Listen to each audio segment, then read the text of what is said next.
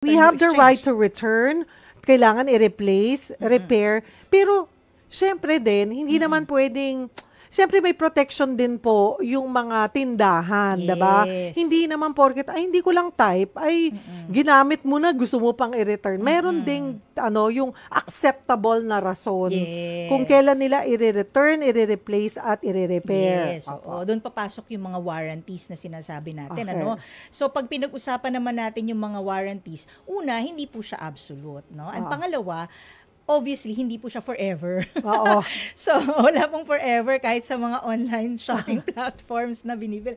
So kapag halimbawa sinabi diyan, ano, meron kayong karapatan to return, to replace, to repair, papasok yung express warranty. Ano yung representation? Di ba po pag bumibili tayo may mga specifications dyan. Ganito siya, dimension, tapos ito siya, ito yung use. Isang piraso lamang po at hindi siya pares. Di ba? Iba kasi, akala ko pair yung binili ko. Akala ko ganito ka liit yung pala. Ganito pala yung size. Oo. No? Titingnan din po natin. So may mga express representations na kapag ang dumating sa inyo ay talaga namang napakalaki ng discrepancy na it will already constitute, Cheryl, yung tinatawag nating deceptive, no, selling under the Consumer Welfare Protection Act.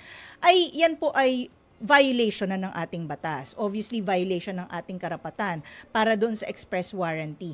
Merong mga tinatawag din ng mga implied warranties. Ito yung mga warranties na hindi na po kailangang expressly ilagay doon sa mga specifications or kahit doon sa pinirmahan ninyo nung bumili kayo.